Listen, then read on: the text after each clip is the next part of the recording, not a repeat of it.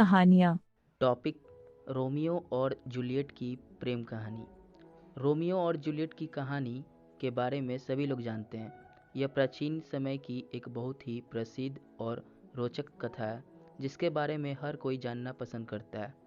इस कहानी का जिक्र बहुत जगह हुआ है, कभी किसी फिल्म में, किसी गाने में, किसी नाटक में। यह बहुत ही प्रसिद्ध है और जब भी किसी नाटक की बात आती है तो सभी के दिमाग में रोमियो और जूलियट की नाटक ही याद आता है।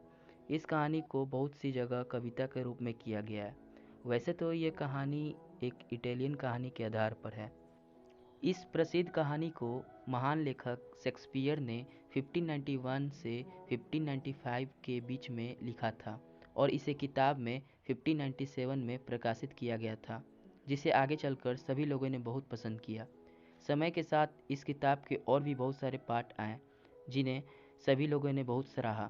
कुछ समय बाद यानी 20 और 21 सदी में इस नाटक को बहुत बार दोहराया गया और हर बार सभी ने इसे बहुत ज़्यादा पसंद किया। रोमियो और जूलियट की कहानी बहुत समय पहले की है। रोमियो और जूलियट एक दूसरे से एक पार्टी के दौरान मिले थे।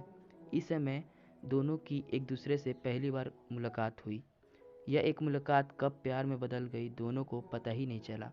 दोनों ही एक दूसरे से बहुत प्यार किया करते थे, लेकिन सच्चाई यह थी कि दोनों के परिवार एक दूसरे से बहुत नफरत करते थे और यह बात रोमियो और जूलियट दोनों ही जानते थे। वह इस बात से भी वाकिफ थे कि उनके परिवार वाले उन्हें कभी भी एक नहीं होने देंगे। वह दोनों इस बात को लेकर बहुत चिंता में थे। कुछ समय बाद दोनों ने मिलकर फ्रियर लॉरेंस से बात की और उन्हीं के साथ सभी बातें करने के बाद दोनों ने भागकर और घर वालों से छुपकर शादी करने की एक योजना बनाई। दोनों के बीच सब कुछ तय हो गया था, लेकिन अचानक कुछ ऐसा हुआ जिसने कुछ ही समय में दोनों की ज़िंदगी बदल कर रख दी। उनकी शादी का सारा कार्यक्रम तय होने के बाद रात के समय रोमियो ने किसी वजह से जूलियट के भाई की हत्या कर दी। इसी वजह से अब रोमियो चाहता था कि जूलियट उसे छोड़ दे। उसने जूलियट से उसे छोड़ देने की बहुत जिद की। वह यह बात अच्छे से जानता था कि हत्या करने के बाद अगर वह इस शहर में वापस आया तो अब जिंदा नहीं बचेगा। यहाँ पर इन सब के बाद जूलियट के माता पिता चाहते थे कि अब जूलियट की शादी कर दिया जाए। उन्होंने जूलियट के लिए पेरिस में रिश्ता देखा, क्योंकि वह लोग इस बात से अनजान थे कि जूलियट तो पहले से ही शादीशुदा है। जूलियट पहले तो उन्हें कुछ दिनों तक किसी न किसी बहाने से टालती रही।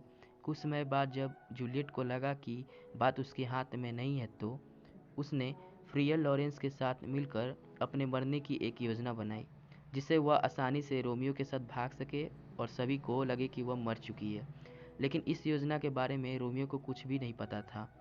एक दिन फ्रियर लॉरेंस ने जूलियट को खाने में नींद की गोली मिला दे दी, जिससे वह बेहोश हो गई और सभी को लगा कि वह मर चुकी है। उनकी योजना के मुताबिक जब जूलियट को दफनाने के लिए ले जाया जाता तो वह भाग जाती, लेकिन ऐसा नहीं हुआ।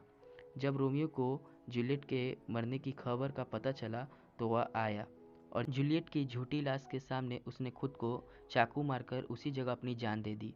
कुछ देर बाद जब जूलियट को होश आया और उसने रोमियो को वहाँ मरा हुआ पाया तो उसने भी उसी चाकू से खुद को मार डाला। इसी तरह दोनों की जान जाने के बाद यह प्रेम कहानी अमर हो गई।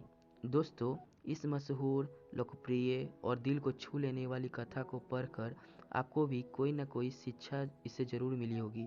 यह कहानी सभी प्यार करने वालों के लिए एक प्रोत्साहन और साहसपूर्वक है। इससे उन सभी लोगों को शक्ति मिलती है जो प्यार तो कर लेते हैं, लेकिन उस प्यार के लिए जब किसी से लड़ने या हक मांगने की बात आती है तो पीछे हट जाते हैं। रोमियो और जूलियट ने सब कुछ जानते हुए भी एक दूसरे से प्यार किया, साथ ही उस प्यार को पूरा निभाने के लिए हर एक प्रयास किया और अंत में दोनों ने अपनी जान भले ही दे दी, लेकिन अपने प्यार को किसी के भी सामने हारने नहीं दिया। इस कहानी से उन सभी लोगों को शिक्षा लेनी चाहिए जिसके मन में अपने प्यार को लेकर किसी भी तरह का डर है। आजकल इस तरह की कहानी देखने और सुनने की नहीं मिलती। शायद यही वजह है कि लोग इन पुरानी कहानियों को सुनकर और देखकर कि एक हौसला हासिल करते हैं और आगे बढ़ने की कोशिश करते हैं। आज हम सभी को रोमियो और जूलियट की एक सीख लेनी चाहिए और यही प्रयास करना चाहिए कि हम अपने प्यार को एक मुकाम तक आसानी से पहुंचा सकें, ताकि हमारा प्यार भी हमेशा ज़िंदा रहे। तो थैंक यू दोस्तों। और भी तरह तरह के स्टोरीज़ सुनने के लिए और पढ़ने के लिए मेरे चैनल को सब्सक्राइब करें, और वीडियो अच्छी लगी तो लाइक करें। Thank you.